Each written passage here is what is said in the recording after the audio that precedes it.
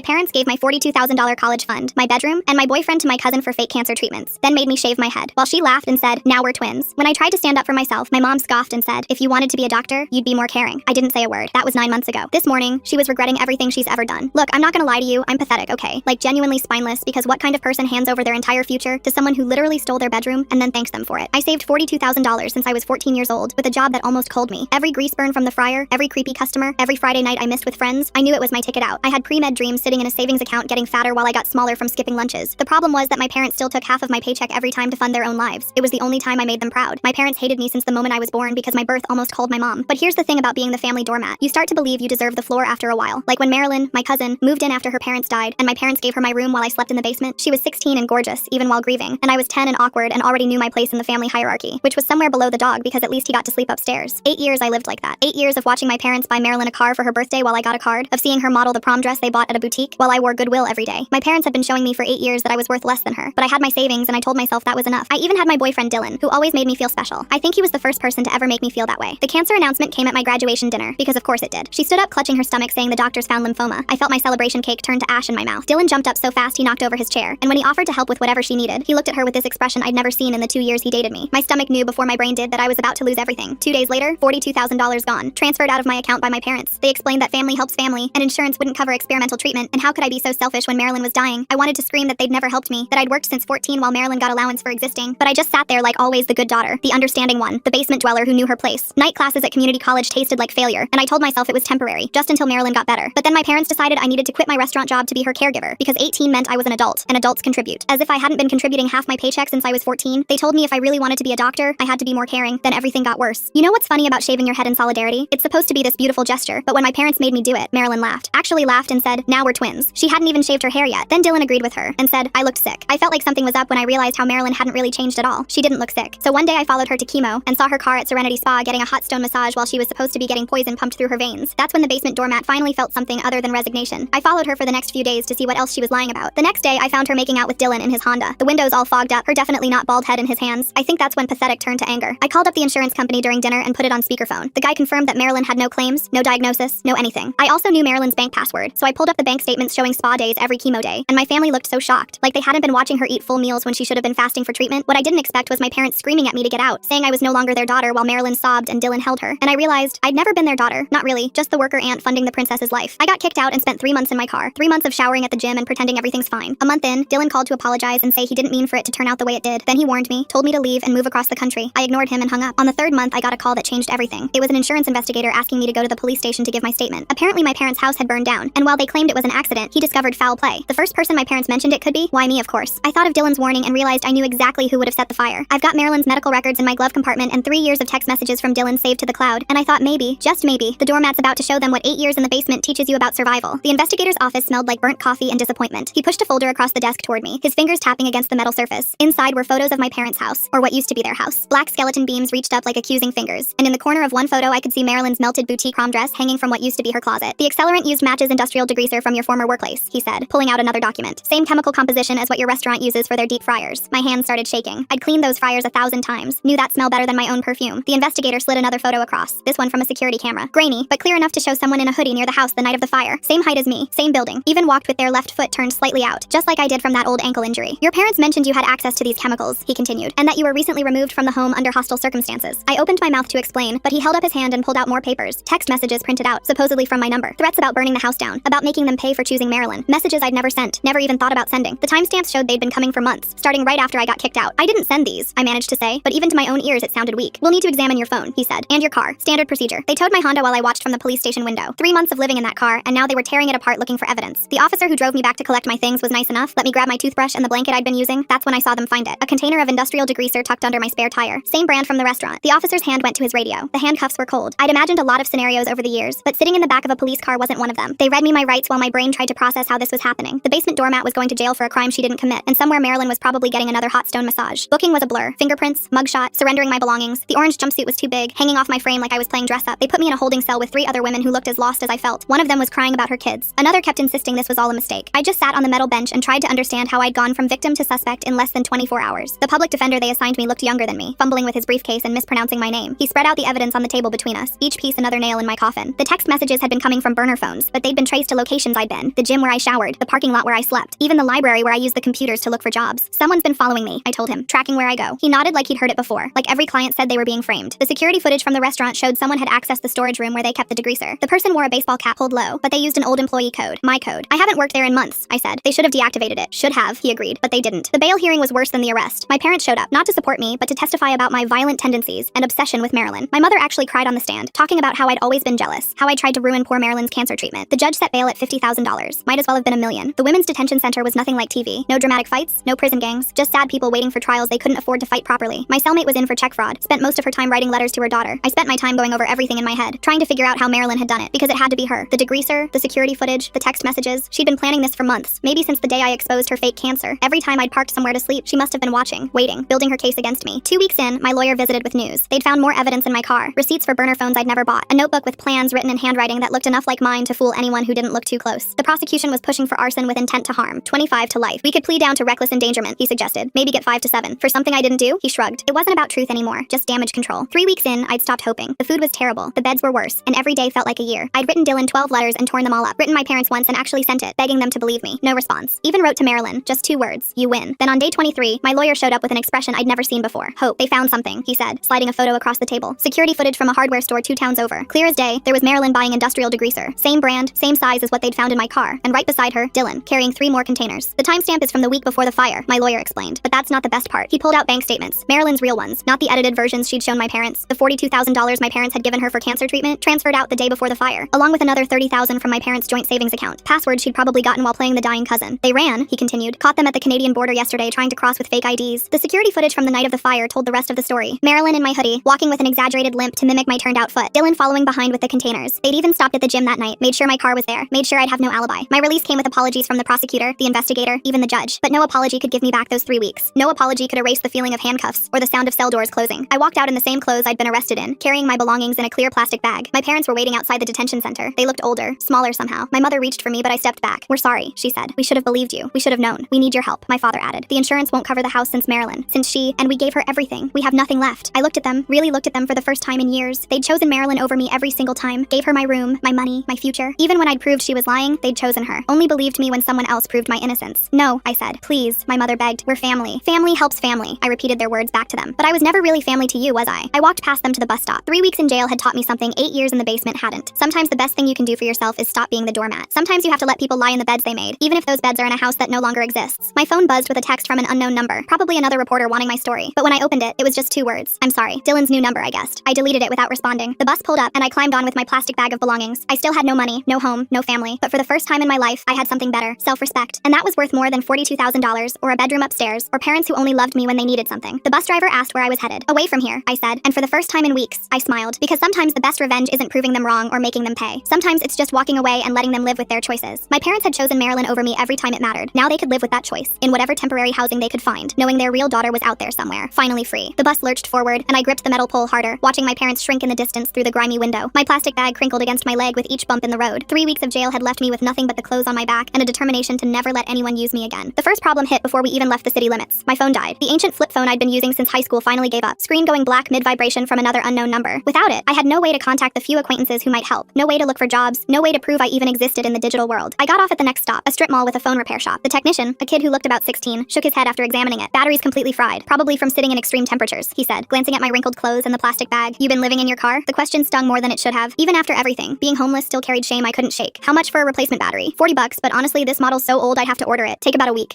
I had $12 in my wallet and nowhere to wait a week. The library became my first stop. At least there I could use the computers, maybe find a shelter or a job listing. But when I tried to log into my email, nothing worked. Password after password failed. My banking app, my social media, even my cloud storage where I'd saved Dylan's messages, all locked out. The librarian, a woman with kind eyes behind thick glasses, noticed my frustration. Password trouble? She asked gently. Everything's been changed. I can't access anything. She pursed her lips, probably recognizing the signs of someone whose life had been systematically destroyed. You can create new accounts, start fresh. Sometimes that's easier than trying to recover what's lost. Starting fresh. Like it was that simple. Like 8 years of digital existence could just be replaced. I spent hours at that computer, trying every password recovery option, but they all required access to my phone number or backup emails I couldn't reach. Even my cloud storage with the evidence against Dylan and Marilyn, gone. They'd thought of everything. As the library closed, I faced my next problem. Where to sleep. The homeless shelter was full. A reality I discovered after walking 8 blocks to get there. The woman at the desk looked genuinely sorry. We've got a waiting list. I can put you on it, but it might be a few days. A few days. Everything was always a few days. A few weeks. Just out of reach. I slept in the park that night, hidden behind a maintenance shed. The security guard who found me at dawn wasn't cruel, just tired. Can't stay here, he said, nudging my my shoulder with his boot. City ordinance. By the third day, I'd developed a routine. Library during the day for job applications, church soup kitchen for one meal, constant movement to avoid looking like I was loitering. I'd applied to 43 jobs, everything from fast food to cleaning services. My lack of phone number and address made every application an exercise in creative fiction. The breakthrough came from unexpected quarters. I was washing my face in a gas station bathroom when a woman walked in, took one look at me, and stopped. "Oh, honey," she said, her voice thick with sympathy. "How long you been on the streets?" Pride wanted me to lie, but exhaustion won. "Few days. It's temporary." She dug through her purse and I braced for the usual. A few dollars, maybe a granola bar. Instead, she pulled out a business card. "My sister runs a women's shelter outside the city. It's not fancy, but it's safe. Tell her Gabrielle sent you." The shelter was a converted house, an hour's bus ride away. The director, Theo, looked nothing like her sister. Where Gabrielle was soft and maternal, Theo was all sharp angles and efficiency. "Gabrielle called ahead," she said, leading me to a small room with 2 beds. "You can stay up to 30 days while you get back on your feet. Few rules, no substances, no overnight guests, help with chores." My roommate was a woman named Sebastian, who'd left an abusive relationship with nothing but her daughter and a garbage bag of clothes. Her daughter, maybe 6, colored quietly on the floor while Sebastian folded laundry. "Been here 2 weeks," she said without preamble. "It's safe, that's what matters." The shelter gave me something I hadn't had in months. Stability, a bed, an address, access to a phone. I could finally follow up on job applications, though most had already been filled. The economy, they all said apologetically. Bad timing. 2 weeks into my stay, I got a call that changed everything. Not a job offer, a warning. "Is this?" The voice was familiar but scared. "I shouldn't be calling. Who is this?" "It's me, from the restaurant. Listen, someone's been asking about you." A woman. She wanted to know about your work history, if you'd ever stolen anything, if you had any issues with management. My blood ran cold. "When was this?" "Yesterday." She said she was from a background check company, but something felt off. She was too interested in the cleaning supplies. Kept asking about access codes. Marilyn, even from wherever she was hiding, she was still trying to destroy me. "Did you tell her anything?" "Just that you were a good worker." But she already knew things. "Your schedule, which sections you cleaned." It was creepy. After hanging up, I sat on my narrow bed, mind racing. Marilyn and Dylan had been caught at the border, my lawyer had said. But what if they'd made bail? What if they were still out there, still planning? I borrowed Theo's phone to call my public defender. His secretary put me on hold for 20 minutes before he finally picked up. "They made bail 2 weeks ago," he said, sounding harried. "Didn't anyone notify you?" "I've been homeless. How would anyone notify me?" "Right. Well, they're awaiting trial. Conditions of bail include no contact with you or your family. Someone's been asking about me at my old job, trying to dig up dirt. Could be their defense team, building a case. Unless they contact you directly, there's nothing we can do. Nothing we can do." The story of my life. Sebastian noticed my distress that evening. Her daughter was asleep, and we sat in the common room drinking tea that tasted like dishwater. "My ex hired a private investigator once," she said quietly. "Tried to prove I was an unfit mother. They dig and dig until they find something to twist." "What did you do?" "Documented everything. Every strange call. Every time I felt followed. Built my own case." She smiled grimly. "Judges like evidence." I started keeping a notebook, writing down everything. The call from the restaurant, the times I felt watched at the library, the way my email passwords had all been changed within hours of each other. Patterns emerged that I hadn't seen before. 3 weeks into shelter life, I finally got a job interview. A cleaning company that serviced office buildings, night shift. The pay was minimum wage, but they didn't care about my criminal record as long as I could pass a substance test. The interview went well until the manager asked about my previous employment. "I see you worked at a restaurant for 4 years. Why did you leave?" I'd practiced this answer. "Family emergency. Had to take time off to care for a sick relative. And this gap here, the last few months, the situation was more complex than expected." She nodded, making notes. "We'll verify your employment history, of course. Standard procedure." My heart sank. What would they find when they called? What stories had been planted? The call came 2 days later. "I'm sorry, but we've decided to go with another candidate. Can I ask why?" She hesitated. "Your former employer mentioned some discrepancies with inventory, missing supplies." "That's not true.